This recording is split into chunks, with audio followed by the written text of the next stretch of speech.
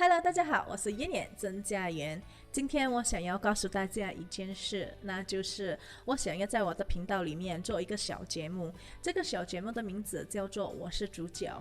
我想要做这个节目的原因其实是很简单，因为在我们生活中里面有很多平凡人，但他们有非凡的生活经验，所以我想要介绍在我生活中这些很棒的人来分享他们的人生故事给大家，让大家能够更加有信心实现自己的梦想，或者是达到自己的目标。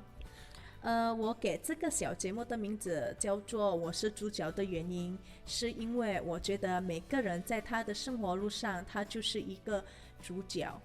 你在你的生活路上要选择什么样的角色，是你自己选的。如果你选择做一个主角，虽然你不是一个明星，但你在你的生活路上，你还是最闪亮的那颗星，一样的能闪到别人。今天我第一个主角，她是我的侄女，虽然她比我小几岁，但我觉得她还比我成熟。然后在她还很年轻的年龄，她已经实现了她几个梦想。那我们话不多说，我们现在就来听听她的人生故事吧。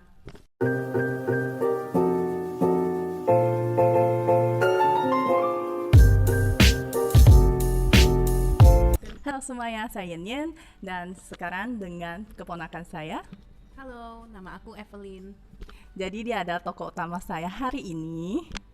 Jadi saya ingin menanyakan beberapa pertanyaan ke dia karena menurut saya dia di usia masih sangat muda, tapi dia telah mencapai banyak cita-cita dia sendiri.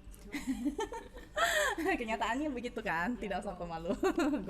Goalnya banyak banget. Oke, jadi kan yang kita tahu kan kayak di Indonesia kan juga banyak univ-univ bagus kan kayak di Jakarta atau di tempat lainnya. Tapi kok Evelyn kok lebih memilih ke itu sih apa sih ke Aussie kuliahnya? Kalau aku dulu pikirnya aku mau improve bahasa Inggris aku. Jadi aku pilih kan paling US, Aussie, UK. Terus yang bapak saya setuju itu Aussie karena dekat banyak orang Indo di Aussie. Jadi kesannya lebih welcome ke foreigners gitu. Mereka lebih gak khawatir lah kalau di Aussie. Jadi Iya makanya ke sini. Iya. Banyak temannya ke Aussie juga. Lumayan. Waktu itu awal-awal ada 2 teman dari IBC, sekolah aku juga di UNSW tempat aku dulu. Jadi lumayan lah. Udah ada teman kan pas ke situ. Oh iya sih, jadi nggak terlalu terasa apa sih sendirian gitu lah ya, kan ada teman gitu kan. Terus awal-awal juga orang tua antar. Kan Iya. jadi kayak lebih gak takut lah, kayak 2 mingguan gitu mereka di Sydney bareng aku. Oh ya lumayan lah setengah bulan gitu ada minggu kan. Iya. Lalu kalau boleh tahu jurusan apa yang Evelyn ambil ya di Aussie sana? Aku ambil HI. HI. Kenapa milih jurusan itu ya? Apakah ada mungkin kayak misalnya cita-cita khusus yang mengharuskan mengambil jurusan itu atau gimana?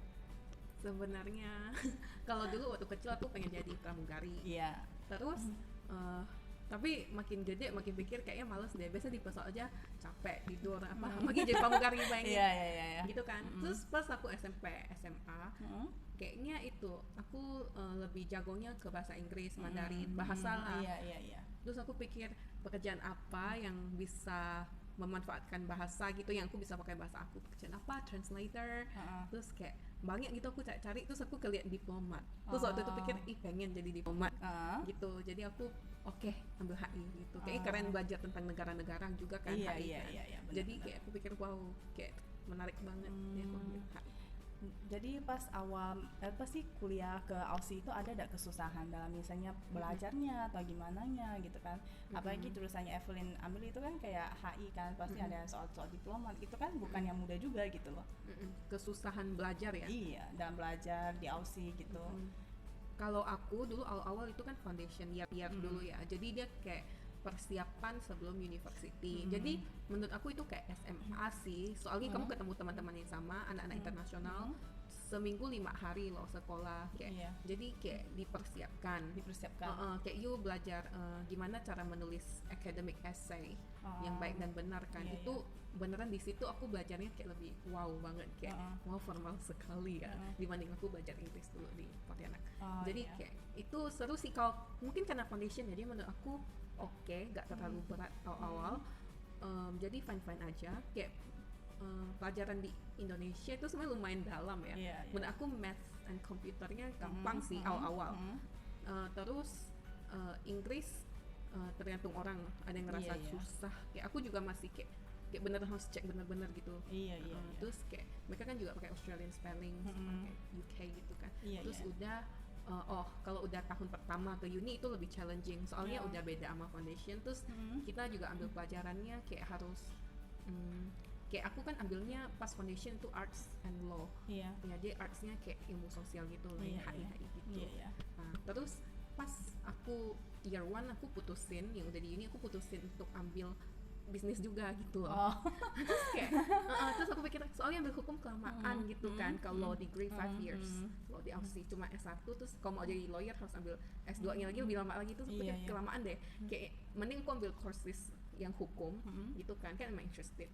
Tapi kayak misalnya degree-nya tetap HI and yang lain gitu. Kayak waktu itu aku pikir bisnis aja gampang cari kerja. Lebih gampang cari kerja ya. Praktis. Jadi aku ambil bisnis, terus aku kayak agak shock karena kayak untuk aku ya, aku bukan anak accounting ya, berat kayak microeconomy and apa sih accounting, kayak aku gak suka banget micro, kayak susah dapat nilai bagus. Aku rasa aku bisa, tapi nilainya kok B aja kayak gitu. Itu memang susah banget. Saya kan jurusan manajemen, itu memang saya tahu penderitaan itu. Terus apa grafiknya, iya benar-benar. Ya, tapi kalau pelajaran yang aku suka, menurut aku kurang gimana berat. Beratnya di reading sih, banyak banget. Kayak misal satu minggu satu pelajaran bisa kayak 20 sampai 30-an halaman. Pas baca semua, baru kayak ngerti, bisa berpartisipasi di discussion di kelas gitu. Kalau gak baca sih bisa juga, tapi kadang kayak bego-bego gitu kan, malu kan. Kalau gak ngomong gak tahu apa-apa, mereka bahas gak tahu apa-apa kan. Iya benar. Gitu. Jadi kalau misalnya 4 pelajaran seminggu, misalnya 3 pelajarannya ada 3 reading, kan anggap aja satu pelajaran 20 halaman, berarti harus baca 60 halaman lebih gitu, kayak waduh. Ya iyalah, kan perjuangan murid luar negeri kan, biasa kan begitu. Mungkin yang kuliah HI di Indo juga kayak gitu, kurang tahu. Iya, tapi mungkin juga. Tetapi mungkin kalau untuk secara bahasa mungkin kan udah nggak ada kesusahan banget kalau di Indonesia ya. Karena kita kalau di luar negeri pun kata orang bahasa Inggris kita sebagus apapun pasti ya masih ada challenging-nya gitu kan. Iya, pasti kan. Terus Evelyn apakah mendapatkan pekerjaan yang sesuai diinginkan, yang udah apa sih, mungkin yang udah diharapkan dari sejak dulu kan? Mungkin waktu dulu ada kepikiran mau jadi diplomat atau jadi apa? Diplomat. Kalau diplomat sih belum, karena saya orang Indonesia. Jadi kalau harus kerja diplomat kan harus lewat Menlu di Indonesia, di Jakarta kan, daftar lewat situ.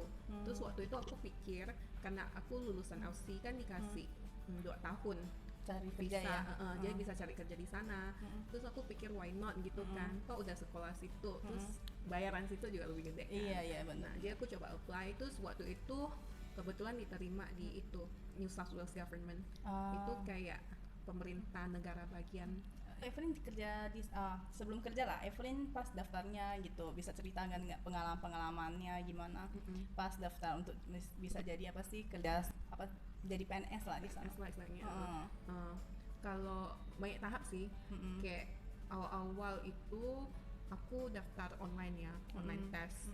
Kayak disuruh isi, kayak dia kasih skenario gitu tentang kerjaan gitu, terus ABCDEF gitu. Lu gimana atasinya? Kayak action apa yang kamu ambil? Kayak rata-rata kayak betul gitu.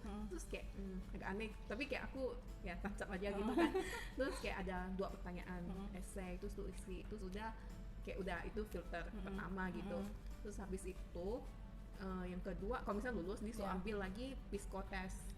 Itu juga online psikotest. Kalau nggak salah psikotestnya sama live video, bukan live sih, kayak kita bikin video interview nih, tapi soalnya dia kasihnya ketika kita kayak pencet gitu di programnya, jadi langsung record kayak gitu. Jadi sebelumnya kita nggak bisa tahu soalnya apa.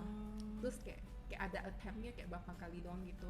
Dia sejenis kayak video interview gitu, short video interview pendek. Terus udah disubmit, tunggu kabar lagi, baru tes ke tempatnya kalau lulus. Terus kalau waktu itu aku tesnya kayak ada ke kantornya gitu kan. Itu ada 3 tes. Yang pertama tes interview gitu. Yang satu orang itu dari pemerintahannya, orang HR. Yang satu lagi itu kayak lembaga HR eksternal yang di-hire oleh government-nya untuk hire PNS gitu lah. Jadi tuh waktu itu di interview 2 orang itu. Tuh kayak babak pertama, terus yang kedua kalian kan sama peserta lain kayak didudukin gitu, kayak meeting gitu, terus ada 2 orang observe kalian, terus kalian dikasih skenario gitu, jadi bahas sama gimana solve problemnya. Jadi dia observe gimana kalian berdiskusi, memberi ide apa kayak di meetingnya gitu, dia gak omong apa-apa, jadi kayak agak serem gitu sih. Jadi kalian mungkin bisa kerja di damping atau enggak gitu kali ya. Terus itu kayak 40 menitan loh kayak gitu, kayak sesuatu banget. Agak tanggung kali juga ya, karena terus kayak kita harus itu kan inisiatif gitu. Iya. Terus ada yang diam, kita kayak harus menurut kamu gimana? Kayak lebih kayak teamwork, caring gitu. kayak gitu-gitu ya kayaknya. Terus terakhir itu tes. Wah ini yang paling stressful sih menurut aku, pas lakuinnya kayak 1 jam, dia kayak kasih laptop gitu lah ya, terus segepok dokumen. Beneran dokumen belum kerja aja udah segempok dokumen.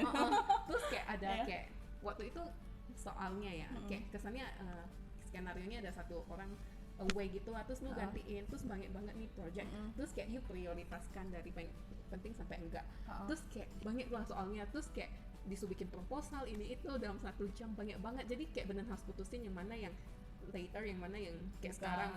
Terus kayak ada email dari manajernya gitu yang tanya-tanya gitu kan, terus harus balas email, dia lihat kamu gimana tulis email juga gimana, terus proposal, kayak proposalnya kayak misalnya kayak tender project gitu kan, bisa ada 10 proposal dari kayak orang yang mau kerja, you pilih yang mana yang bagus, like cost apa, kayak analisa semua gitu, kayak 1 jam kayak pala gue. Gitu. Tapi kan ujung-ujung kan juga berhasil kan. Hasil tunggu kabarnya. Setelah itu udah, terus tunggu kabar. Udah. Dari berapa banyak peserta sih yang dipilih gitu loh? Berapa banyak peserta yang ikut dan berapa peserta yang terpilih untuk bisa jadi PNS di Aussie gitu? Kalau waktu angkatan kami itu yang daftar 3.000 lebih orangnya. Terus kalau aku nggak salah, mereka tuh sisihkannya ke 1.000-an, habis ke 1.000-an ke 300-an. Setelah 300-an dipilihnya kayak 130-an gitu. 130-an. Dan apakah banyak orang Asia yang ikut atau gimana? Orang Asia maksudnya foreigners gitu ya, orang asing ya. Iya. Kalau orang asing sih sebenarnya dikit ya, kayak termasuk aku sama yang foreigners yang aku tahu bukan orang Aussie itu kayak mungkin 5-7 orang. 5-7 orang. Aku nggak tahu semua sih, tapi aku kayak denger. Yang aku tahu cuman 2 orang yang aku benar kenal dari 100-an orang itu yang orang luar. Itu mereka ada yang dari Afrika gitu, ada yang dari China kayak gitu. Yang Indonesia cuma saya. Aduh. Indonesia represent. Ya, terus seru sih. Kalau soalnya orang Asia yang tampang Asia mungkin banyak, tapi mereka warga negara Aussie, born and raised Australian. Jadi kayak mungkin untuk mereka kan mungkin agak lebih gampang lah ya dibandingkan kita kan, mungkin kan orang luar negeri gitu kan. Iya. Banyak yang tanya aku kok bisa bukan orang Aussie loh, kamu bisa kerja di pemerintah kan? Manajer aku sendiri tanya kan orang Aussie-nya, terus aku bilang yang penting you ada visa yang legal ya, selama program ini kan kontraknya ada masa, kontrak berapa lama, jadi tuh selama masa itu you ada visa yang valid, kamu boleh apply gitu, jadi bisa. Jadi mereka nggak ini sih ya, berarti apa sih ya, termasuk terbuka lah gitu untuk foreigners gitu. Tapi kan harus S1 juga. Iya, tapi sudah termasuk terbuka karena kan biasa kalau yang kerja di PNS itu kan biasa kan memang kewarganegaranya sendiri kan. Kalau orang luar negeri kan memang itu kan jarang gitu kan. Kalau Department of Immigration sama Defense itu harus orang Aussie doang yang itu, tapi aku kan base-nya di finance. Di finance, jadi nggak ada masalah. Nggak ada masalah. Sebenarnya kecuali defense sama immigration rata-rata boleh sih foreigners gitu. Ya berarti termasuk sangat terbuka sih ya. Iya. Terus kami kan belum national, masih state government, jadi lebih nggak gimana gitu. Iya sih, lebih tapi inklusif lah. Iya. Tapi ya termasuk udah negara yang terbuka untuk apa sih foreigners sih kan, untuk bisa sampai kerja di PNS di negaranya gitu loh kan. Belum tentu di negara lain juga kayak gitu kan. Seru sih kerja sama mereka. Mereka welcome banget. Aku nggak pernah pas kerja di pemerintah itu merasa diskriminasi atau apa. Jujur nggak pernah sih, maka aku lumayan happy untuk kerja di situ. Malah part time karena kalau full time di pemerintah enggak ya. Mereka respect. Kan tadi kan bilangnya kerja di bagian finance kan, Departemen ya, Finance. departemen finance-nya kan padahal kan Evelyn kan sendiri nggak suka angka gitu kan. Saya suka accounting. Jadi bisa nggak ceritakan lebih spesifik pengalamannya kerja di sana gitu loh. Oke. Jadi kalau meskipun aku kerja di Departemen Finance, yang kerjaan aku itu bukan accounting. Oh, bukan Enggak. accounting. Oh, syukur ya. Syukur ya, nanti hancur mereka punya. Accountingnya. Ya. Jadi gitu, sebenarnya mereka itu rekrutnya dari jurusan apapun sih rata-rata. Jadi mereka percaya you bisa berkontribusi dari background kamu gitu. Jadi aku kan HI, terus aku pengennya kerja di bidang policy, kebijakan pemerintah gitulah. Jadi aku kerjanya pas di finance, kan di rotasi ya, 6 bulan di departemen finance, aku 6 bulan di departemen justice, 6 bulan lagi back to finance tapi lebih ke treasury, bendahara. Oh, bendahara. Yang benar pegang duit gitu lah. Terus yang aku awal-awal kerjaan aku tuh lebih ke apa ya? Lebih kayak Apa ayo? service designer. Service I think, designer. Jadi gini, jadi yang aku kerja itu dia ambil duit juga kayak yang duit. Jadi kalau misalnya orang kena tilang nih, gitu kan. Jadi duit tilangnya itu masuk ke departemen yang inilah, di bagian anak bagian finance. Jadi kerjaan aku waktu itu. Jadi kalau di Australia orang kena tilang kan kameranya kan udah otomatis ya, kayak gitu. Tapi kadang tuh masih ada error.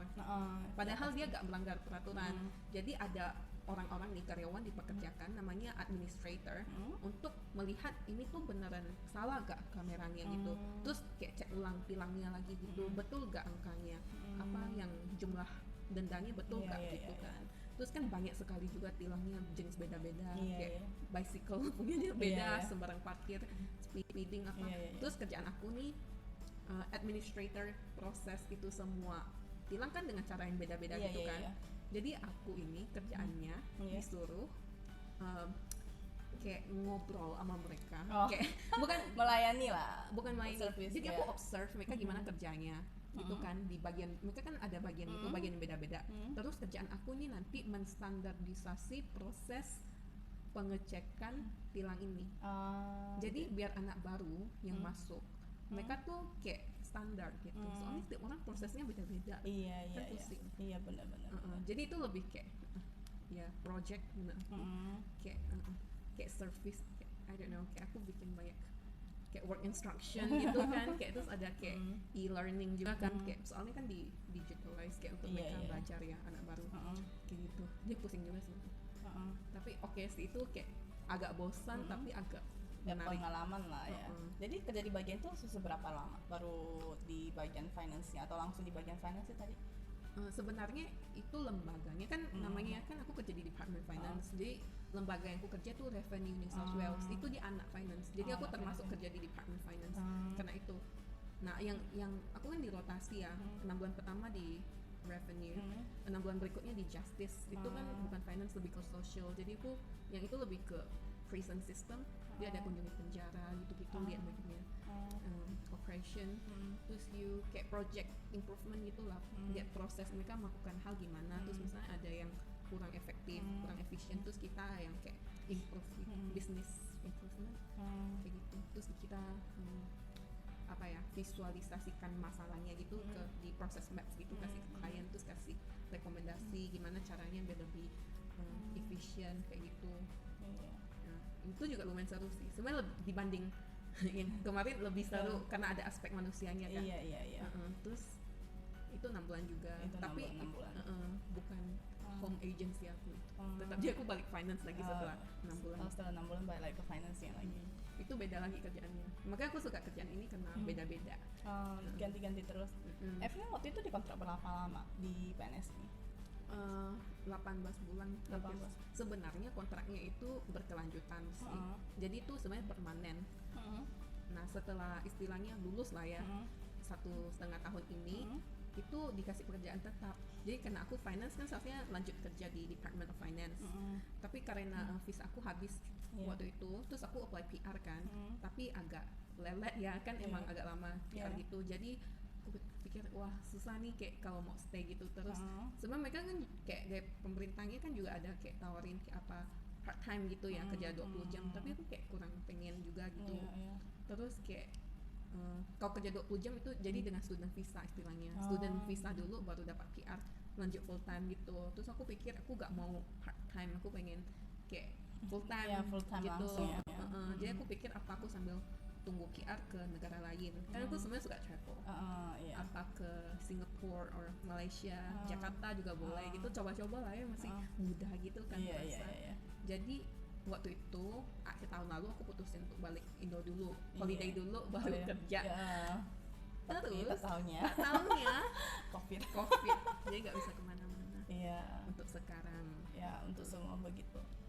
Lalu kemarin Evelyn kan kayaknya udah ini ya, apa sih yang minta visa yang di Singapura untuk kerja ya, apa sih visa yang working holiday visa ya? Jadi semua aku udah dapat 6 bulan WHV Singapura gitu lah.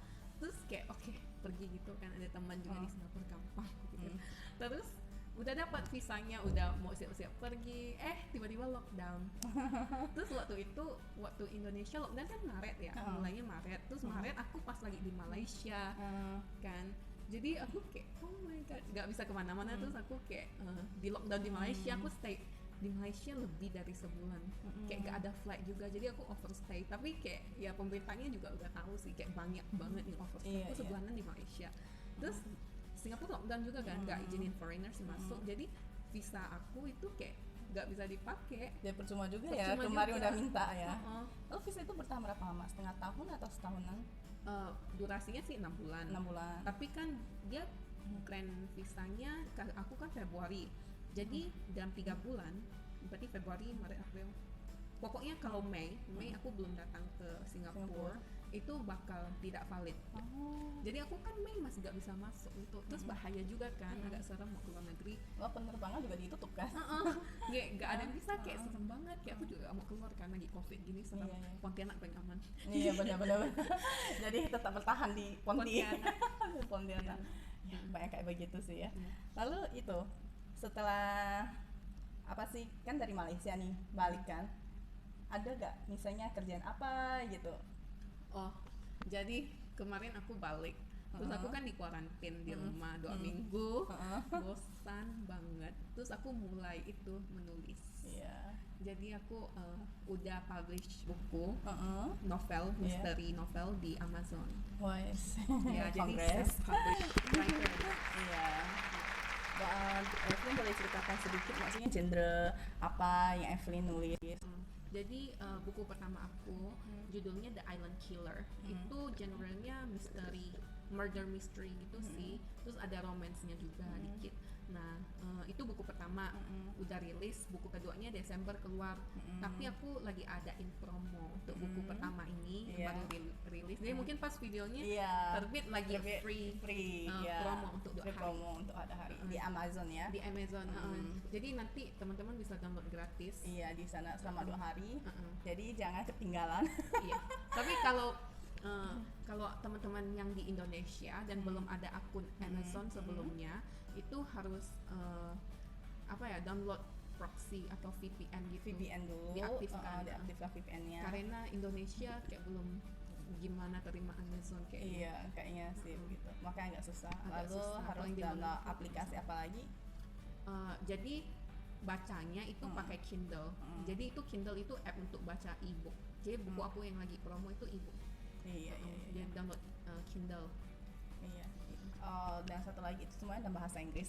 Tapi tidak apa-apa untuk meningkatkan kemampuan bahasa Inggris. Nanti bisa follow juga IG-nya si Evelyn. Jadi kalian mungkin bisa akan lebih tahu gimana untuk mendapatkan buku gratisnya Evelyn gitu. Kenapa Evelyn bisa kepikiran mau jadi penulis gitu mendadak gitu? Biarpun memang kan kuarantin sih, tapi kan jarang orang langsung kepikiran kayak aku mau jadi penulis, mau menulis buku gitu kan.